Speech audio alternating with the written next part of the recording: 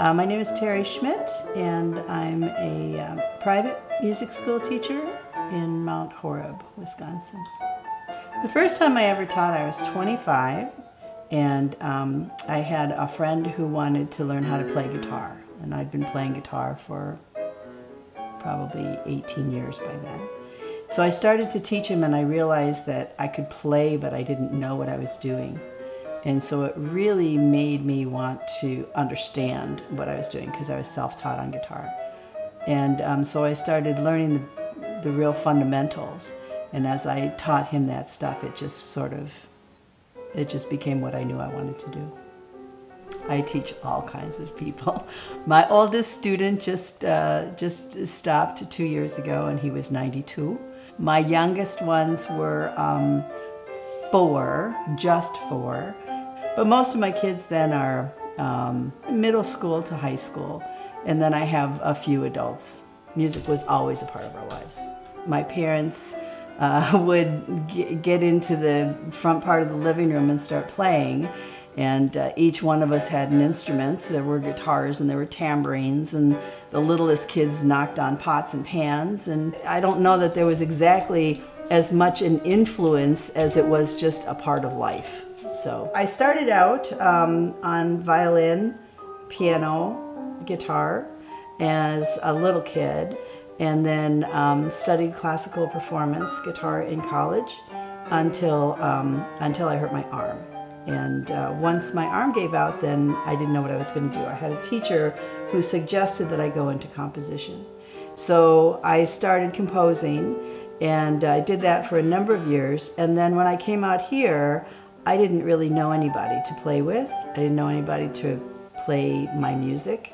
So I kind of just knocked up with a group of Irish fiddling people and started to play mandolin, and the rest really is history. I just kind of went into mandolin because my arm wasn't good enough to play classical guitar anymore. So I play a little bit of mandolin. I don't really play a lot of anything anymore because my arm's not good, but I play vicariously through my students. I like seeing my students grow. I love to see a well-developed vibrato. I like to see when a student has control of their instrument, and I like to see when my students are good enough that I pick a piece that I know is going to be really hard for them, and they look at it and jump in. I love that. That's one of the best things in the world. You know, my students confide in me. A lot of my students confide in me. And even if it's just sort of an off-the-cuff remark sometimes, I can see when things affect their music. And so, I mean, we have had many lessons where there's really no music involved. It's just a matter of talking and trying to understand life in general. I think that for every teacher, it's more than being a subject teacher. For all of us, it's very important for us to help kids get through whatever it is they're getting through so that they can be better in life. There's an interesting thing about art. There are a lot of artists. There's this phenomenon in art where some people, when they hear a sound, they see a color. That's what it is. I'm the opposite. So when I started doing art, I realized that music was so in my skin that when I would put a color down, I would hear a note.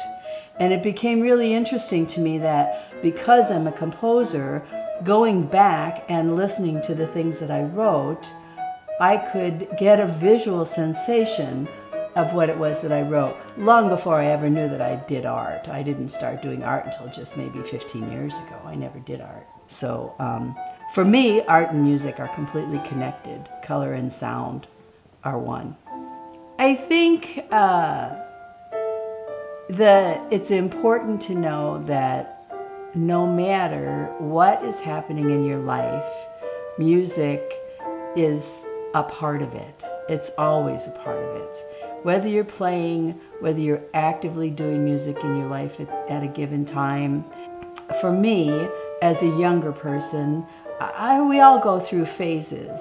And I know that there were times when I wasn't really playing, you know, maybe I was involved in sports or was involved in my college studies or I was involved with somebody, and I would kind of let my instruments go to the side.